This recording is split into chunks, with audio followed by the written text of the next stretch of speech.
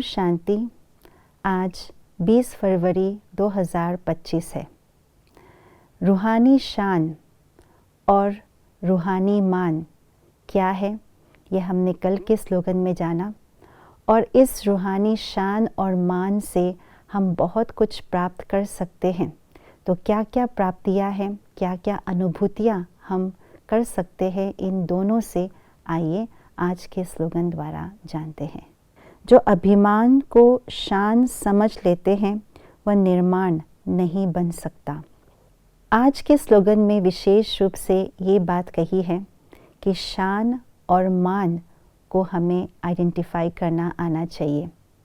शान और अभिमान में बहुत ज़मीन आसमान का अंतर है। जहाँ शान है वहाँ निर्माणता है, और जहाँ अभिमान है वहाँ अपमान की फीलिंग है, वहाँ ईगो है, वहाँ पर टकराव अवश्य होता है।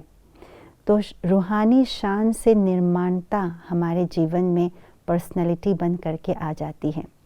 बाबा ने एक अव्यक्त मुरली में कहा है, निर्माणता ब्राह्मण जीवन का विशेष श्रृंगार है।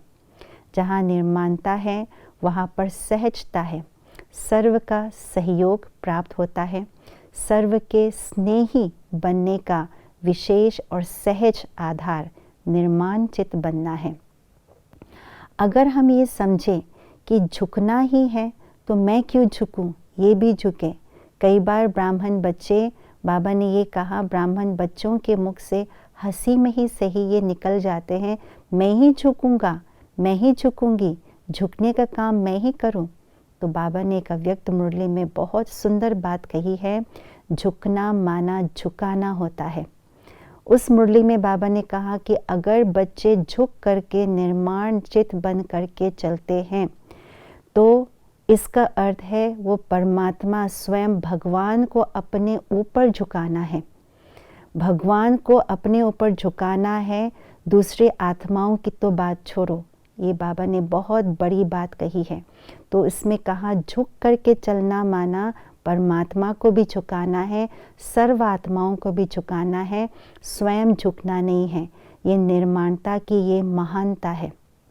इसलिए हमें अपनी रूहानी शान में रह करके निर्माण चित्त होकर के चलना है। जो निर्माण चित्त होते हैं वे कैसे भी क्रोधी आत्मा क्यों ना हो, चाहे वो कैसे भी कठिन कठोर संस्कार वाले क्यों ना हो, उनके आगे हम निर्माण होकर के चलते हैं तो उनसे भी स्नेह और सहयोग और दुआएं स्वतः प्राप्त हो जाती है। सर्व के मान प्राप्त करने का ये बहुत सहज तरीका है निर्माणता। तो हमें शान और अभिमान के अंतर को जान करके हमें अपने अंदर निर्माणता को धारण करना है और सबके दिल को जीतना है। अगर रूहानी शान है तो निर्माणता ऑटोमेटिकली आएगी, अगर अभिमान है तो कभी भी निर्माणता को धारण नहीं कर सकेंगे। ओम शांति।